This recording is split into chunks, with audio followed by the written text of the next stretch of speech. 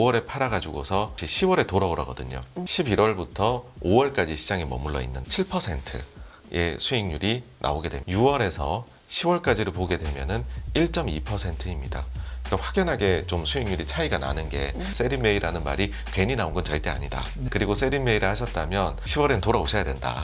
6월에서 10월에도 수익률은 플러스입니다. 그러니까요. 그러니까 이 플러스를 굳이 마다할 이유가 있느냐. 네. 상대적인 수익률을 가지고서 하시는 분이다라고 하면은 셀리메이라는 것은 격언으로 맞는 것 같다. 그런데 작년 10월 달에 한창 많이 얘기했던 게 있거든요. 미국 중간선거 때부터 해서 미국 대선 때까지 가지고 있으면 100% 확률로 오른다 했었거든요. 맞습니다. 그래서 기왕지사 확률을 보시겠다라고 하면 다양하게 보시기를 아니시라고 하면은 이런 현상이 왜 일어난지 이유를 제가 모르는 것이기 때문에 활용하기는 좀 어렵다라고 개인적으로 생각을 합니다.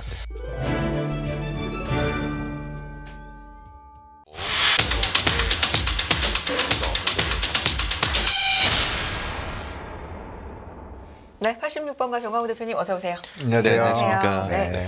오늘은 시장 얘기 좀 들어가기 전에 제가 두 분을 좀 보호해야 되겠습니다. 네, 그리고 투자자분들을 좀 보호해드리는 유의사항 말씀을 좀 먼저 드려야 될 것 같은데 뭐 정광훈 대표님도 그렇고 김준호 대표님도 그렇고 두 분을 이렇게 사칭하는 어떤 뭐라 그럴까요? 리딩 방이라고 제가 할까? 좀 먼저 말씀드리면 네네. 뭐 저하고 뭐 정 대표님하고 그 차이는 많지만 저도 그 조그맣게 유튜브 하나 하고 있는 거 있거든요.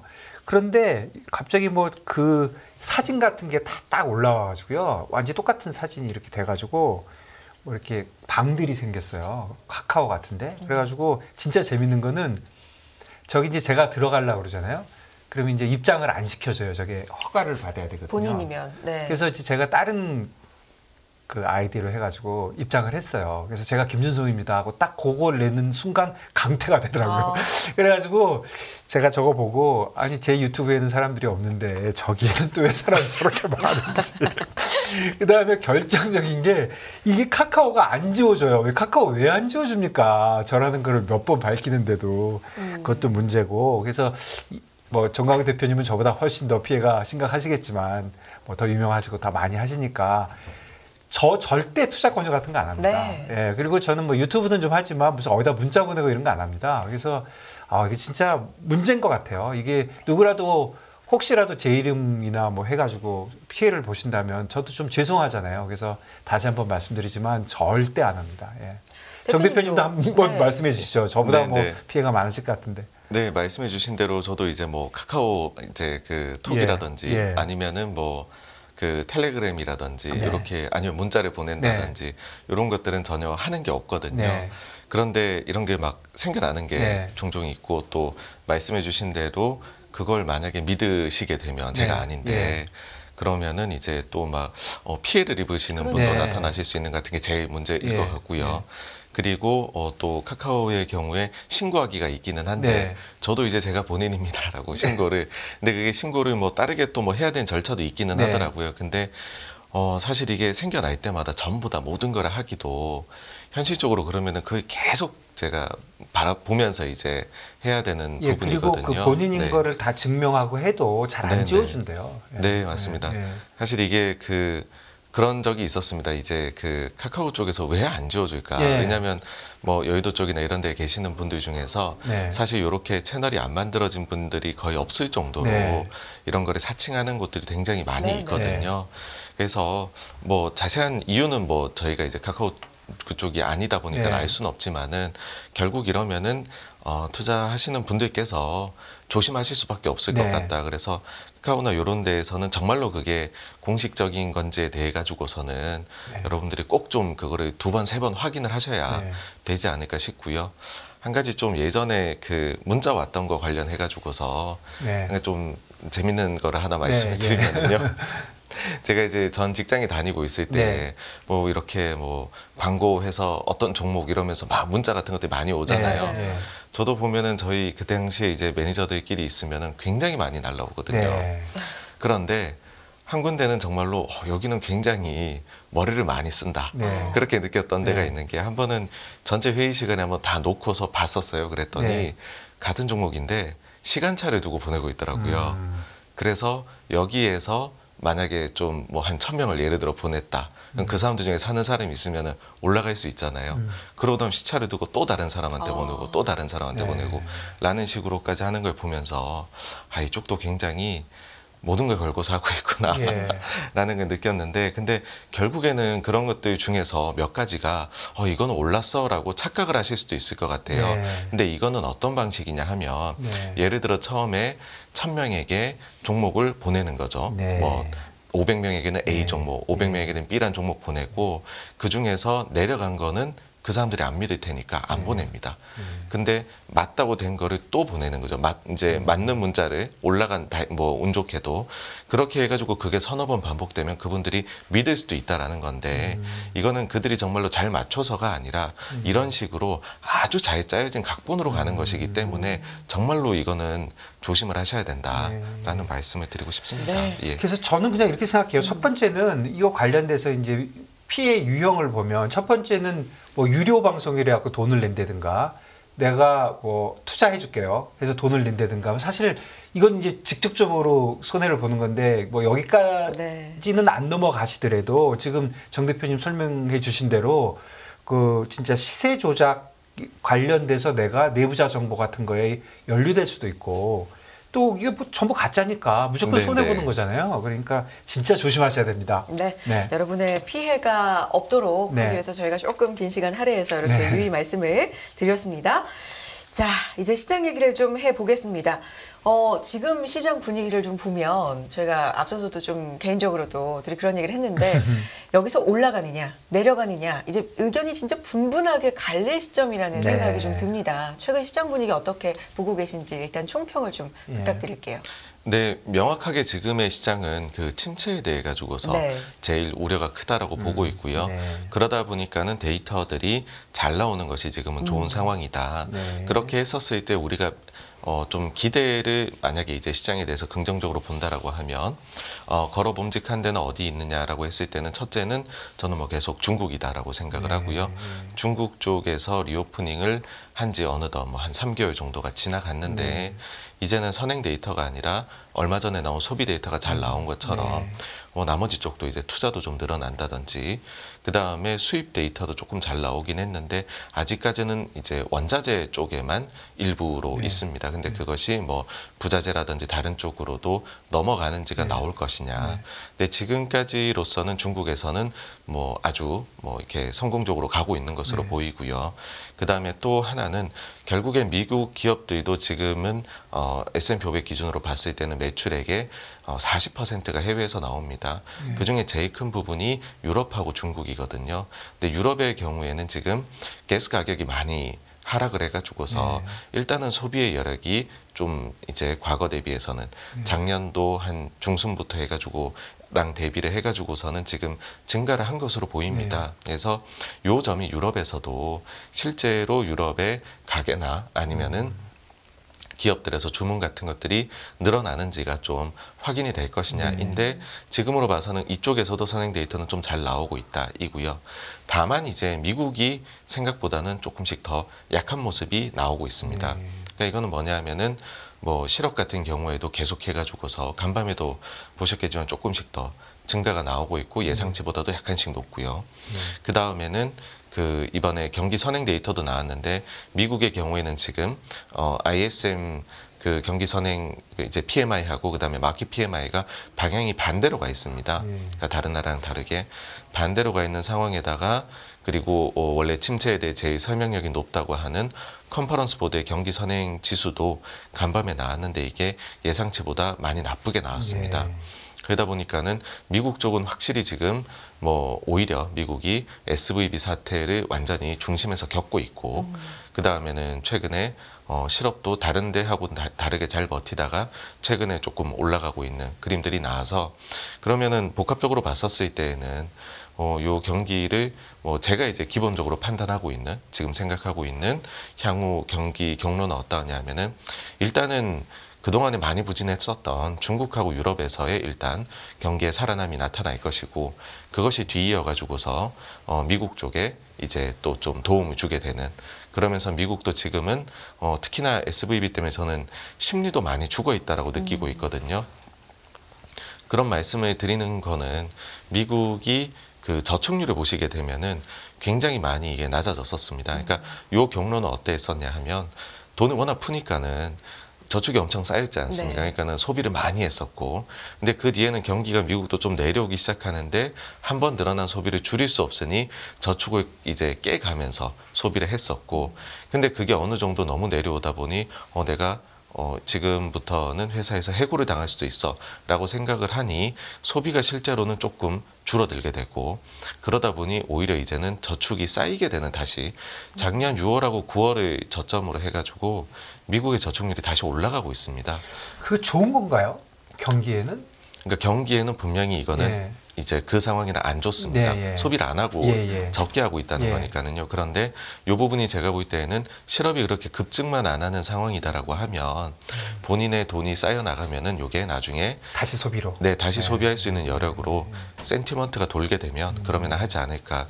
여서 그런 경로를 지금 생각을 하고 있습니다. 그래서 그걸 바탕으로 보았을 때에 그래도 뭐 이제 만약에 침체가 온다면 얕은 침체, 아니면은 간신히 비켜갈 수 있는 그런 시나리오를 두고서 뭐 사실은 말씀을 드리고 있는 거다. 그리고 그 범위 안에서의 지금은 내용들이다라고 정리해서 말씀드릴 수 있을 것 같습니다. 그러니까 최근에 저축률 올라가는 게 그렇게 꼭 나쁘게만 봐야 될 건 아니다.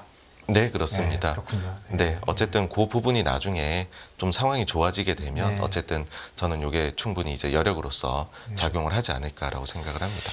예, 국내장 조금 좀 의견도 좀 듣고 싶은데, 뭐 최근에 코스피가 600개 넘는 종목이 한꺼번에 하락을 하고, 뭐 종목이 뭐 종목 수가 좀 너무 많이 하락하는 것 같아요. 네, 많이 네. 안 움직이는데 그런 현상하고 또 연관돼서 요즘 공매도가 거의 최대치입니까? 뭐 네, 그거하고 좀 맞습니다. 연결해서 좀 설명 좀 해주시죠. 네, 지금 공매도 금액이 최대치라는 뉴스는 계속해서 나오고 네. 있는데요. 일단은 저희가 비율을 보는 것이 중요합니다. 네. 그 과거 대비해서 주식 시장이 커졌기 때문에 네. 그에 비례해 가지고 공매도도 네, 금액이 그렇죠. 커지는 건 네, 당연하거든요. 그래서 그런 부분들을 생각해서 우리가 비율을 보게 되면 코스피의 경우에는 과거랑 비교했을 때 공매도 시가총액 대비 잔고, 네. 그다음에 일별 공매도 거래 대금이 차지하는 비중을 봤었을 때는 과거 평균 대비 낮은 상황입니다. 네. 그러니까는 코스피에 있어 가지고서는 별다른 특이점이 보이지 않는다라고 네. 말씀드릴 수 있을 것 같고요. 반면에 코스닥은 조금 다릅니다. 그러니까 코스닥의 경우에는 잔고 같은 경우에는 아직까지 과거 수준보다는 낮습니다. 근데 요거는 우리가 그 1년 넘게 당시 그 코로나 당시에 공매도를 금지했던 기간들이 있었기 때문에 그렇죠. 그때 공매도 잔액이 많이 낮아졌었거든요. 그 영향이고, 최근에 잔액이 쌓여가는 모습은 좀 가파르게 나타나고 있습니다. 네. 그리고 거래 대금 대비해 가지고서 공매도가 차지하는 비중도 과거 평균 대비는 계속 코스닥은 높습니다. 그래서 확실히 코스닥이 좀 코스피에 대비해 가지고서 더 기울기 높게 상승을 보였다 보니까 이에 따라 가지고서 공매도가 증가했다라고 생각이 되고요. 그래서 이 부분은 조금 공매도가 많은 종목은 유의를 하실 필요가 있지 않느냐라고 저는 생각을 합니다. 공매도가 전체적으로 좀 특정 종목에 이렇게 집중돼 있는 건가요? 네, 지금 아무래도 최근에 급등한 종목들에 급등한 대해 가지고서 종목들요? 네. 공매도가 계속 해가지고서 들어오고 있는 그런 상황입니다. 네. 어제 뭐 짧은 어제만 놓고 보면 코스피에 비해서 코스닥의 하락률이 훨씬 더 좀 네. 깊었는데, 이거는 그동안에 급등했던 종목들 위주로 좀 차익 실현이 나왔다? 이런 측면에서 봐야 될까요? 아니면 특별한 좀 일이 있었다고 봐야 될까요? 네, 사실 완전히 정확한 하나의 이유가 있었다라기보다는 여러 가지들이 겹쳤던 것 같아요. 뭐 좀 최근에 많이 올라간 거, 그 다음에는 테슬라가 실적을 발표해, 아무래도 이제 2차 전지 쪽이 비중이 코스닥이 이제 높아졌는데, 네, 관계가 있으니까. 네, 맞습니다. 네. 근데 그 이제 테슬라가 실적이 사실은 그렇게 특이할 게 없었던, 예상치보다 약간 낮게 나오다 보니까 그런 점들도 있었고, 그 다음에 전체적으로 이제 시장이 뭐 미국 장에서도 뭐 선물이나 이런 거에서는 크게 이제 뭔가 재미가 없다 보니까는 뭐 코스닥에서 추가적으로 또 좀 나온 게 아닌가, 조정이. 그렇게 생각을 하는데, 사실은 제일 큰 이유라고 하면은 뭐 워낙 기울기가 가파르게 올라갔다, 이거이지 않나라고 저는 생각을 하고요. 그래서 요 매물은 조금 소화하는 과정이 코스닥은 필요하지 않을까라고 보고 있습니다. 네. 네. 그리고 이건 좀 다른 얘기일 수 있는데, 요즘 공매도 하기 위해서 주식을 빌려야 되잖아요. 네, 그 네. 빌리는 것들이 뭐 좀 쉬워졌나요? 예전보다 어떻습니까? 아니요, 예전에 비해서 많이 어렵습니다. 더 어렵습니까? 네, 네. 일단은 그 국민연금에서 대차를 안 해주고 있기 때문에 그러면은 빌릴 수 있는 곳이 한정적이라는 것이고 그나마 지금 제가 알기로는 많이 빌려가는 데가 ETF에서 빌려가는 걸로 알고 있습니다.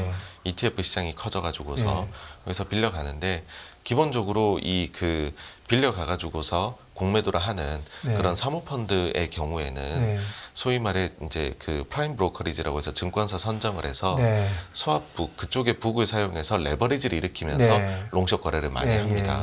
근데 그렇게 했었을 때 그 비용이 거의 기준금리에 일단 연동이 된다라고 보시면 됩니다. 그러니까 그 북을 활용을 하려면 증권사도 그러면 자기네가 그 북을 일으키기 위해서 비용을 주고서 자금을 늘린 거잖아요. 그럼 그게 초단기 시장에 금리에 연동이 되거든요. 과거에는 어떤 일이 있었냐면 코로나 터지고 얼마 안 있었을 때에는 유럽하고 일본은 기술적으로는 마이너스 금리 같지 않습니까? 그렇죠. 그러다 보니까는 그때는 뭐 어떤 게 유행이었냐면 무조건 쓰라고 했었습니다. 쓰기만 하면 0.1%를 먹는다. 그때는 금리가 마이너스니까. 근데 지금은 반대로 보시면 아시겠지만 금리들이 다 올라갔거든요. 그래서 지금 레버리지를 써가지고 하는 전략을 많이 쓰는 헤지펀드들의 경우에는 그 과거 대비해서 수익을 올리기에 어려워진 환경이 비용이 있다. 굉장히 높다 이런 말씀이죠? 네, 맞습니다. 네, 그리고 이런 데는 당연하게도 공매도를 동반해서 하는데 그러니 더더욱이나 그런 쪽들은 좀 힘든, 그러니까 이제 그 과거 대비해서 수익을 올리기 어려운 점이 있다라는 거고요. 사실 그러다 보면은 나올 수 있는 것이 수익을 빨리 내고 싶거든요. 그러니까 저희가 그 오늘 시작을 할 때 이제 이런 사칭 계정이나 이런 걸 주의하십시오라고 말씀도 드렸는데 마찬가지로 지금 몇몇 어떻게 보면은 이런 공매도를 하는 쪽에서는 사실 이 수익을 빨리 내기 위해 가지고서 그 뭔가 이제 이유들을 빠르게 만들어내고 그거를 시장에서 소화시키고 싶어 하는 그런 니즈가 있을 수도 있습니다. 그래서 그런 부분들도 제가 볼 때는 좀 이제 당국에서 조금 이거는 그 확실하게 좀 해주셔야 되는 부분이 아닐까 그렇군요. 혹시나 그런 생각이 듭니다. 기본적으로 공매도가 시장에 지금 뭐 코스피 쪽은 별로 없고 코스닥 쪽에 특정 종목에 집중돼 있다 하더라도 그냥 그런 거 다 잊어버리고 공매도가 시장에 좀 더 많다 평소보다 그러면 방향적으로는 보통 어느 쪽으로 보는 건가요? 그러니까 공매도가 많아진다라는 것 자체가 사실 이거 그에 대해 가지고 조금 이제 시장에 대해서는 조금 부정적으로 보는 것들이 늘어난다라고 기본적으로 볼 수가 있습니다. 다만 그런데 그게 저희가 모든 포지션을 알기 전에는 사실은 분석이 어려운 측면이 있는데요. 왜 그러냐 하면은 굉장히 간이 크게도 공매도만 하는 기관은 거의 없다고 보시면 됩니다. 그렇죠. 보통은 페어를 잡게 되죠. 그래서 공매도가 100원이 증가했다라는 것은 매수로 롱 포지션의 그 주식도 100원이 증가했다라고 거의 보셔야 됩니다. 다만 근데 우리나라의 경우에 그 아시아 롱숏을 하는 데들이 많습니다. 그런 경우에 뭐 한국 내에서만 한다 그러면은 이게 네팅하면 제로인데 예를 들어서 일본은 매수고 한국은 매도가 될 수도 있거든요. 근데 그런 부분까지 저희가 다 그 확실하게 알기는 어렵다 보니까 일단 전체적으로 공매가 는다라는 거는 조금 베어리시해졌다. 다만 근데 그걸 가지고서 총 포지션이 그 늘어난 만큼이 전체가 다 굉장히 베어해졌다고 보기는 어렵다. 왜냐하면 롱도 증가했을 게 분명히 있기 때문이다. 그렇게로 저는 뭐 보고 있습니다. 일단 공매도는 개인보다는 다 대부분 기관이 하고 있다 이렇게 봐야겠죠? 네, 그 이제 개인의 비중은 아주 낮은 한 자리이고요. 그나마 그 이제 국내 기관 투자자는 한 10%대. 근데 라임하고 옵티머스 사태 이후로 공매도를 할 수 있는 사모펀드가 성장을 못했습니다. 그래서 거의 외국인이 대부분 차지하고 있다고 보시면 됩니다. 공매도 얘기를 조금 그렇군요. 해봤고 지금도 좀 나가 볼게요. 시장 얘기 돌아가 보겠습니다. 이제 5월 앞두고 있는 이 시장 분위기를 보면 FOMC 그 회의록에 나왔던 얘기들이 좀 맞아떨어져 가나? 그러니까 침체는 거의 기정사실화고 이 침체를 극복하는데 정말 또 걸리고 뭐 이런 것들이 기정사실화 되나? 이런 분위기 쪽으로 가고 있는 것 같습니다. 실적 나오는 것들 그리고 연준 위원의 발언들 종합해 볼 때 우리가 흔히 셀인 메이라고 하는데 5월에는 어떤 포지션을 좀 가지고 전략을 세워보는 게 좋을까요? 네, 안 그래도 요즘에 이제 셀인 메이라는 얘기가 많이 나와서 과거에 그러면 어떠했는지를 한번 가지고 와 봤습니다. 정리를 해본 건데요. 이 자료를 한번 보시면 일단은 1950년 이후부터 했습니다. 보통 저희가 지금 그 뭐 침체가 언제 왔었었느냐, 뭐 경기 사이클 이런 거 얘기할 때 1950년 이후 자료를 많이들 참고를 하시기 때문에 50년 이후고요. 그 다음에 주가 지수는 각 월별로 평균으로 해가지고서 이제 그 다음 달에 해가지고서 수익률이 어떻게 달라졌느냐, 요거를 가지고 와 봤는데, 그 많이들 격언으로 나오는 것이 5월에 팔아가지고서 이제 거기랑 한 쌍으로 나오는 것이 10월에 돌아오라거든요. 그렇게 보면은 11월부터 5월까지 시장에 머물러 있는다 라고 봤었을 때 11월에서 5월까지 보게 되면 S&P 500 기준으로 보시게 되면 7%의 수익률이 나오게 됩니다. 그러니까 굉장히 높은 수익률이죠. 네. 그래서 요 시기가 좋다라는 거는 자명한 것 같아요. 그런데 그러면은 반대로 나머지 기간은 어땠느냐, 팔고 떠난 기간 6월에서 10월까지를 보게 되면은 1.2%입니다. 그러니까 확연하게 좀 수익률이 차이가 나는 게 느껴지실 겁니다. 네. 그래서 저는 그런 생각은 듭니다. 이제 더 높은, 이제 아주 높은 확률을 가지고서 내가 주식을 하겠다라고 생각을 하신다라고 보면은 세리메이라는 말이 괜히 나온 건 절대 아니다. 네. 그리고 세리메이를 하셨다면 이제 고웨이를 하시면 안 되고 10월엔 돌아오셔야 된다. 예, 그게 이제 일단 주는 교훈이라고 볼 수 있고요. 다만 그런데 우리가 이제 무슨 뭐 상대적인 성과를 잘 올려야 되는 기관 매니저도 아니고, 그리고 뭐 이제 주식 전광판을 계속해서 실시간으로 보일 수 있는 전문 투자자도 아니라고 하면은 6월에서 10월에도 수익률은 플러스입니다. 그러니까요. 그러니까 이 네. 플러스를 굳이 마다할 이유가 있느냐라고 생각을 하고요. 그러면은 그 월별로 봤었을 때 그 상승 확률이라고, 그러니까는 지난 이제 50년부터 지금까지로 봤었을 때에 그 월에 상승을 한 횟수를 봐가지고 확률을 봤었을 때에요. 50% 밑으로 가는 달이 한 번도 없습니다, 미국은.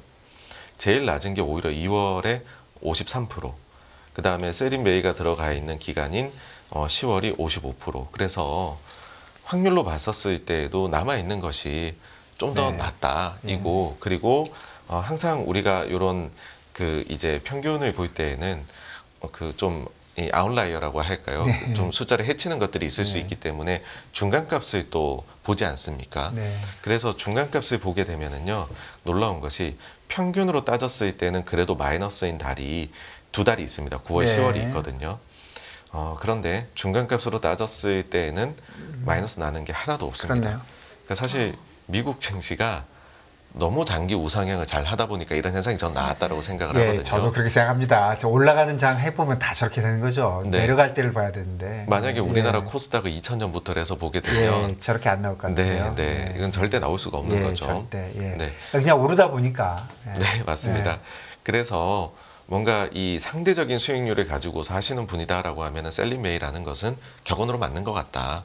그런데 나머지 많은 투자자들에 있어 가지고서는 굳이 플러스 수익을 마다할 이유가 없고, 중간값으로 보면은 그 6월에서 10월 기간이 2.59%를 주게 됩니다. 그래서 요거는 상당히 괜찮은 수익률이지 않느냐라고 보고요. 그러면은 이 9월, 10월 이런 달에는 무슨 일이 있었느냐? 9월 달은 이제 닷컴 버블하고 9.12 테러가 있었습니다. 그래서 이걸 겪기 전에는 9월도요, 원래는 플러스인 달이었었더라고요.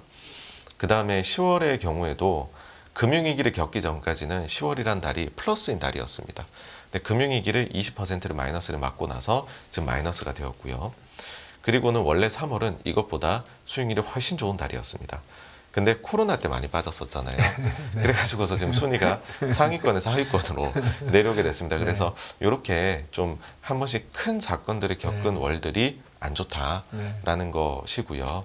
뭐 그래서 뭐 확률은 여러분들이 이걸 보시고서 본인의 스타일에 맞게 활용을 하시면 될 것 같다. 이고 이렇게 되면은 이제 여기에 좀 겸사겸사 추가해서 말씀드리고 싶은 확률이 어떤 게 있냐면 그런 것도 있습니다. 만약에 그 이런 확률을 좀 보고서 참고해서 믿으신다라고 하면 작년 10월 달에 한창 많이 얘기했던 게 있거든요. 미국 선거 관련해 가지고서요. 그때 많이 얘기했던 게 미국 중간선거 때부터 해서 미국 대선 때까지 가지고 있으면 100% 확률로 오른다 했었거든요. 맞습니다. 그래서 그런 것들도 여러 가지가 있기 때문에 기왕지사 확률을 보시겠다라고 하면 다양하게 보시기를 권해드리고요. 아니시라고 하면은 조금 이거는 좀 저는 개인적으로는 이런 부분에 대해 가지고서는 이건 제가 이런 현상이 왜 일어난지 이유를 제가 모르는 것이기 때문에 활용하기는 좀 어렵다라고 개인적으로 생각을 합니다. 네. 보통 그 세상이 이렇게 흉흉하면 저런 거 많이 보고 원래 그런 거잖아요. 점집에 가고 뭐 이런 것처럼. 죄송한데요. 저는 진짜 저런 거 진짜 안 믿습니다. 저게 무슨 관계가 있습니까? 지난 70년 동안 일어난 일이. 근데 저거는 데이터긴 하잖아요. 실제 그렇죠. 수익률과 네, 뭐 네, 중간값 네. 이런 걸 뽑은 네, 거긴 네. 하니까 네. 뭐 근거가 되긴 없는 건 됩니다만 아닌데 네. 뭐 지금 말씀해 주신 대로 여러 가지 그런 효과가 있다. 저런 거 믿고 다 맞으면 뭐 누가 돈 손해 보겠습니까? 네, 그렇죠. 그래서 사실은 이 데이터를 정말로 보시는 분이고 지금 네. 많이 말씀하신다면 반대로는요, 여러분들이 생각하셔야 될 게 그럼 작년 10월에 사야 된다는 얘기가 나왔었을 겁니다. 그렇죠. 예, 왜냐하면 확률적으로 이거를 계속 보시는 분이라면 그렇게 볼 수밖에 없거든요. 네. 그리고 저걸 믿는 사람이 많다면 그러면 진짜 팔아야죠. 네. 모르겠습니다. 어쨌든 뭐 재미난 얘기고 데이터는 사실 그냥 자체로만 보면 뭐 7%와 1%의 차이니까 예, 네, 네. 나름대로는 잘 찝었다 이렇게 봐야 되겠습니다. 네. 정광훈 대표님의 의견은 그렇지만 종합적으로 볼 때는 스테이가 좀 더 맞는 것 같다. 네, 굳이 네, 포기할 이유는 굳이, 없네. 이게 네. 절대 수익을 본다라고 했을 때는 네. 그런 저거는 없다라고 생각을 합니다. 네. 자, 알겠습니다. 그러면은 자, 저는 네. 실적도 좀 궁금한데요. 네, 지금 네. 뭐 아주 많은 기업들의 실적이 발표가 된 건 아닙니다만 지금까지의 상황으로 봤을 때는 어떻게 보십니까? 사실 워낙 염려가 좀 많은 실적 시즌이기 때문에 지금까지 네, 네. 상황은 어떻다고 보세요? 그러니까 지금까지는 오히려 실적 시즌은 상당히 양호합니다. 그러니까 그 전에 있었었던 실적 시즌 대비해가지고서 실적이 예상치를 상회하는 기업의 그 이제 비율 자체가 그 전보다 높은 그런 상황입니다. 네. 근데 여기에 혁혁한 공을 세운 거는 금융이고요. 금융주들이 보통 초기에 실적이 나오는데 이번에 워낙에나 SVB 이후로 네. 눈높이들이 낮아져 있었거든요. 네. 근데 거의 대부분의 금융사들이 그거를 상회하는 네. 실적을 보여주면서이고 더 이제 경기를 이야기해 줄 수 있는 거는 결국은 빅테크 기업들이 다 발표하는 시점이지 않을까. 네. 거기에다가 이제 그 유통업체들이 다 발표하는 시점이지 않을까라고 생각을 하고요. 지금까지는 다행히도 좋은 모습을 생각보다는 더 좋은 모습을 보여주고 있다이고 다만 근데 앞으로까지도 지켜봐야 된다라고 생각을 합니다. 그리고 뭐 이제 그 실적 시즌 관련해 가지고서 뭐 우리나라에서는 조금 관심을 가져볼 만한 게 추가적으로는 네. 미국 실적 시즌에서 저희가 네. 힌트를 얻을 네네. 만한 게 뭐가 있을까라고 보게 되면 네. 저는 계속해가지고서 좀 관심이 가는 것이 빅테크 기업들이 실적을 발표를 할 때 분명히 이번에 AI 쪽에 관련해서 네. 상당한 질문들이 있을 것이고 네.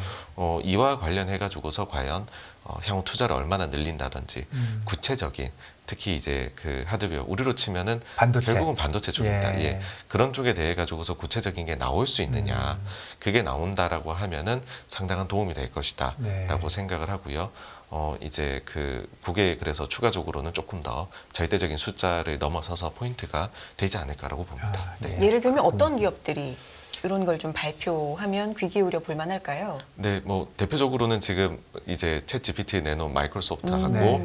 그다음에 대항마를 내놓을 이제 구글. 네, 그리고는 애플에 대해서도 분명히 얘기가 나오지 않을까라고 생각을 하고요. 네. 그리고 아마존은 사실은 뭐 여기에 대해서 별로 그렇게 얘기를 할 이유는 없기는 하지만은 네.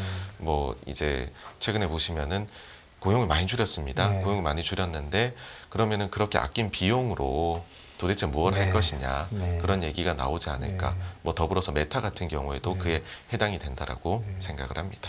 그렇네요. 아마존, 애플, 마이크로소프트가 이제 줄줄이 나오네요. 예. 네. 그리고 저 이제 그 한 가지만 더 네. 말씀을 드리면은 그 연준에서 그 급전을 쓰는 거에 대해서 이번 주에도 드리면은 이번에는 오히려 증가를 했습니다. 네. 그러니까는 그 재할인 창구하고 BTFP를 합치면은 약 한 45억 달러가 늘어나서 잔액이 1,439억 달러로 증가를 했는데요. 네. 요 요인은 좀 어떤 걸로 보셔야 되냐 하면은 이번이 그 이제 세금 납부가 걸려 있었습니다. 분기말. 주간이 있었습니다.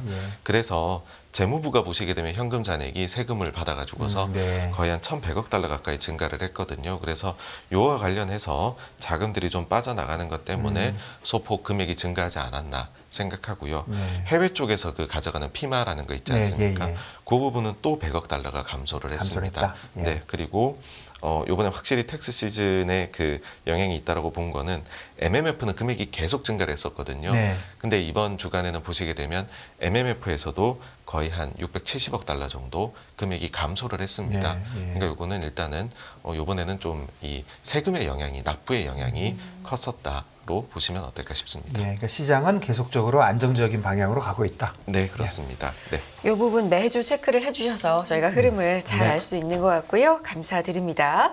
86번가 정광우 대표와 함께했습니다. 고맙습니다. 감사합니다. 감사합니다. 금융투자로 돈 벌기 쉽지 않으시죠? 그런데 불가능한 것도 아니죠.